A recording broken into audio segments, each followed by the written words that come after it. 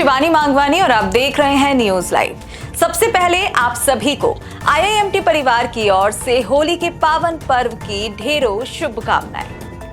देश विदेश में धूमधाम से मनाया होली का त्योहार। बच्चों से बड़े तक अबीर गुलाल से हुए सराबोर। लोक संस्कृति का संवाहक पर्व होली देश में धूमधाम से मनाया जा रहा है।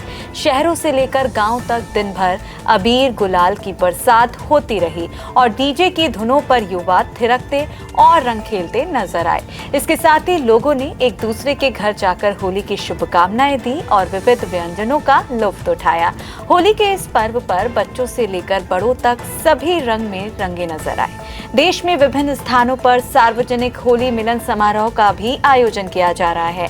वहीं विदेश में रह रहे भारतीयों ने भी उल्लास के साथ होली मनाई और एक दूसरे को बधाई दी। अमेरिकी शहर स्पेनिश फॉर्क में होली को फेस्टिवल ऑफ कलर के रूप में मनाया जाता है। यहाँ होली धार्मिक नहीं बल्कि आध्यात्मिक पर्व माना जाता है और दूसरे देशों के लोग भी होली मनाते हैं। इसी तरह इटली, जर्मनी, फ्रांस सहित कई देशों में भी होली के त्योहार पर विशेष आयोजन किए गए। होली पर लोक गीतों ने जीवन की भारतीय संस्कृति विविधता में एकता के हुए दर्शन। होली पर लोक गीतों ने भारत की सांस्कृतिक विरासत को जीवंत कर दिया।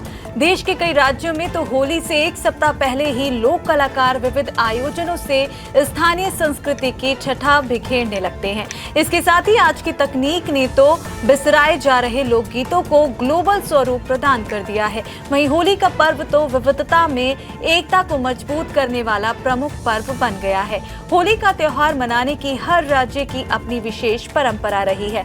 ब्रज की लठमार होली हो या गोवा का शिमगोत्सव, बंगाल की डोल यात्रा हो या हरियाणा की देवर भाभी की होली, इनका आज भी खास पहचान बनी हुई है। कुमाऊनी होली मनाने का तो अंदाज ही निराला है और राजस्थान में शाही जुलूस निकालने की परंपरा सभी के आकर्षण का केंद्र रहती है।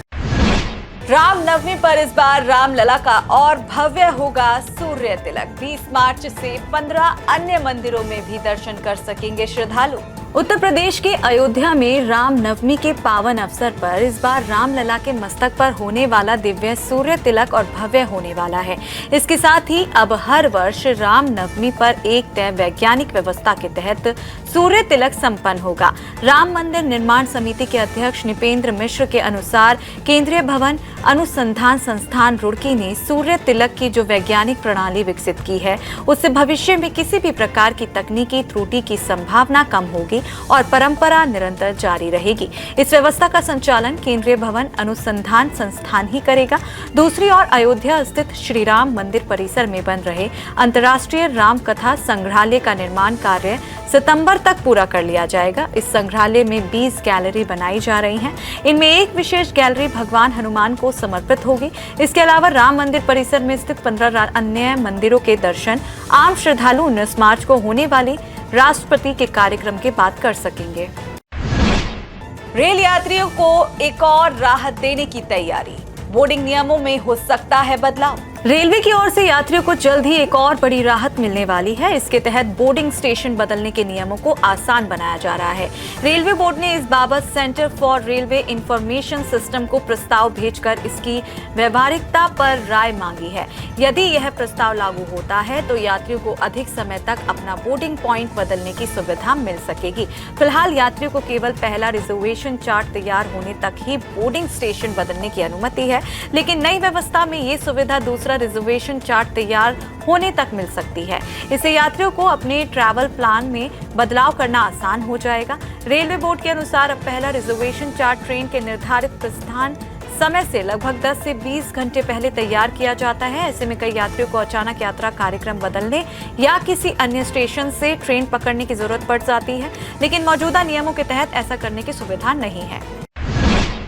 आगामी 1 अप्रैल से नेशनल हाईवे पर बंद हो सकती है कैश टोल की सुविधा। फास्टैग या यूपीआई होगा अनिवार्य। केंद्र सरकार देश भर के नेशनल हाईवे के 1150 से अधिक टोल प्लाजा पर आगामी 1 अप्रैल से नगद भुगतान बंद करने पर विचार कर रही है। इसका उद्देश्य पूरी तरह डिजिटल टोल सिस्टम लागू करना है, जिससे टोल भुगतान प्रक्रिया अधिक तेज और पारदर्शी बनाई जा सके।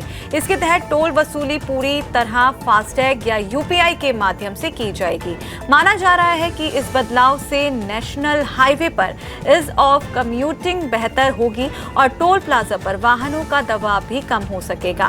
फिलहाल देश में फास्टैग की 98% से अधिक पहुंच ने टोल कनेक्शन व्यवस्था को आसान कर दिया है। इससे टोल प्लाजा पर बिना रुकावट आवाजाही संभव हो रही है।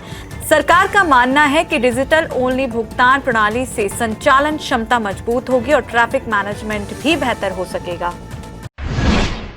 सुपर एयर पावर की दिशा में बढ़ रही भारतीय वायुसेना अगले 1 दशक के लिए तैयार हुआ ब्लूप्रिंट। चीन और पाकिस्तान जैसे देशों से टू फ्रंट वॉर की चुनौती का सामना कर रहे भारत की एयरफोर्स अब सुपर एयर पावर बनने की दिशा में बढ़ रही है।